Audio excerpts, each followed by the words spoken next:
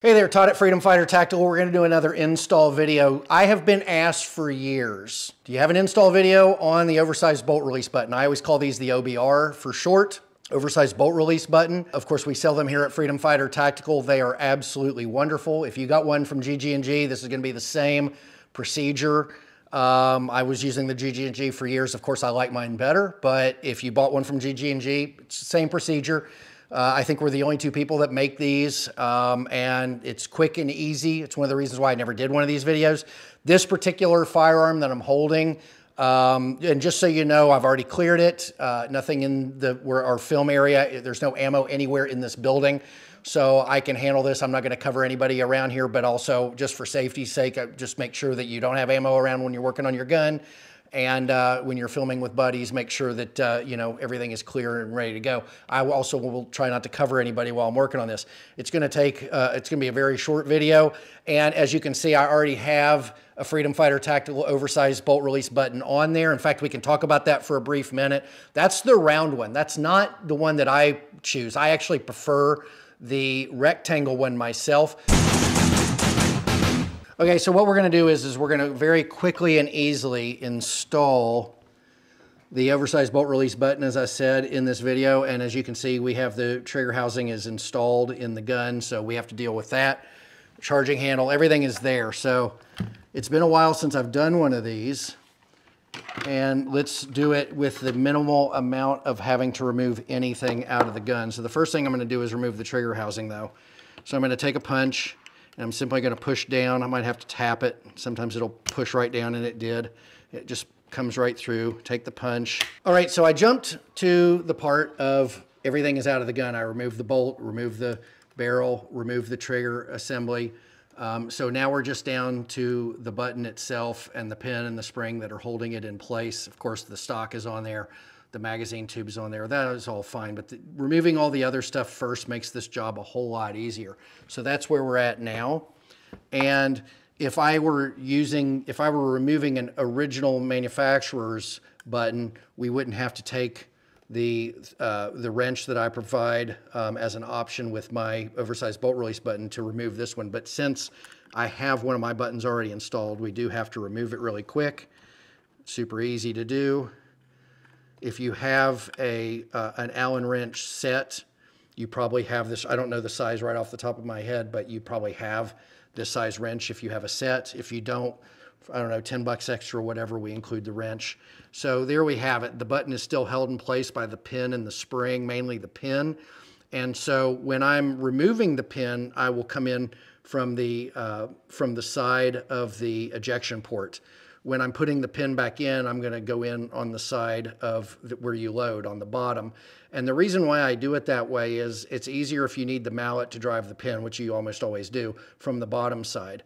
It's not as easy to install the pin from the top side. Plus, sometimes you can mar up the top of your ejection port with your hammer or your pin punch or whatever. And I've done that on mine. I don't really care that that happens, but some people would care if that happens. So let's just go ahead and remove that pin. I've got a little mallet and I've got a pin punch.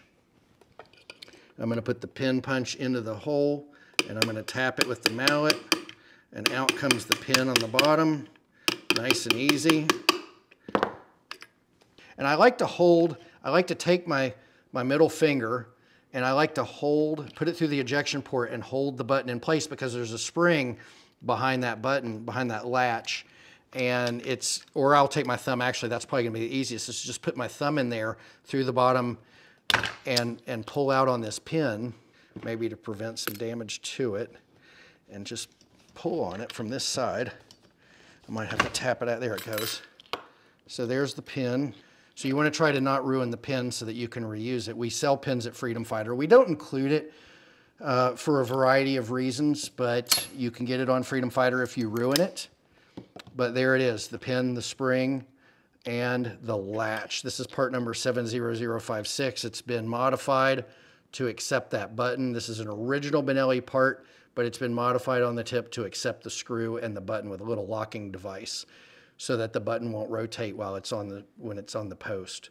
So that's basically taking it off. And then to put it back on, I want to put the rectangle one back on. So when I package and send this to you, I always install a rectangle button on the button, and that way, I want you to see the product the way it's supposed to look when you get it out of the package. But additionally, and fortunately, this has never happened. I presume this would happen, but I presume that somebody would call me up and say, hey, the threading is no good. It's stripped. Well, by me installing it personally on every part before I send it out, I know the threading's not stripped. So if I get a call that it's stripped, I know that a customer stripped the threading. I am not going to install the button on it right now. What I need to do first is get the lever into the gun with the spring behind it. Now this is the trick.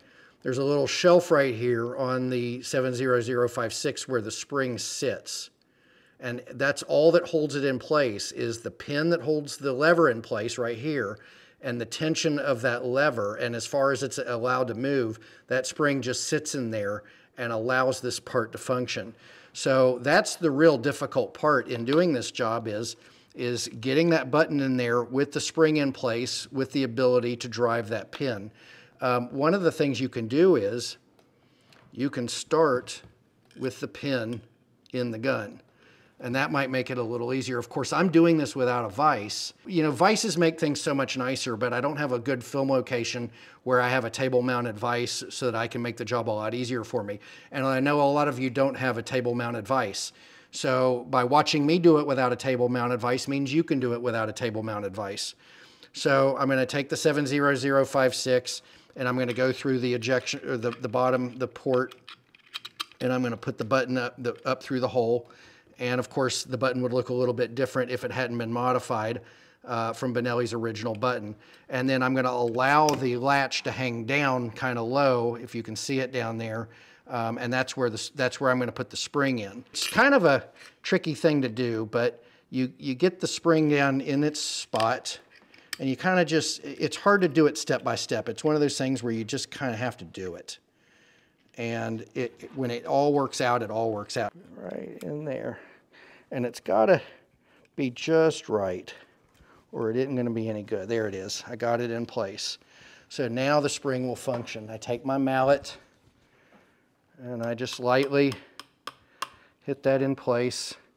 Now, the pin has to go through 2 holes, so that button, that latch has to be in exactly the right place, or the pin doesn't go into both holes just right. I can take that pin punch. There we go. Boom.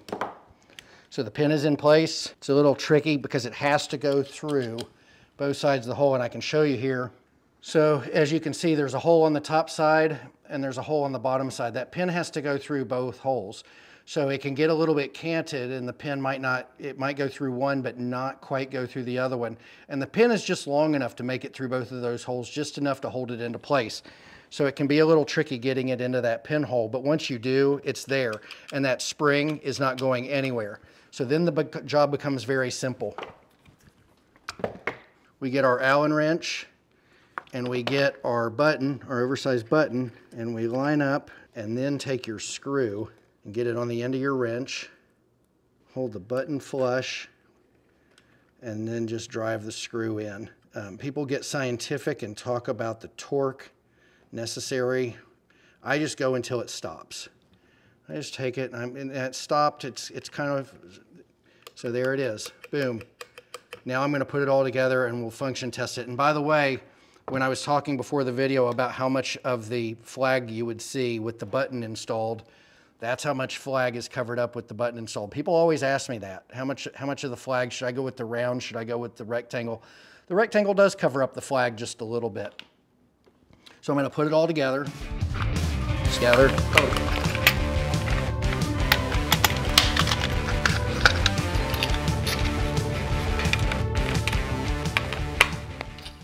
And then it's time for the function check.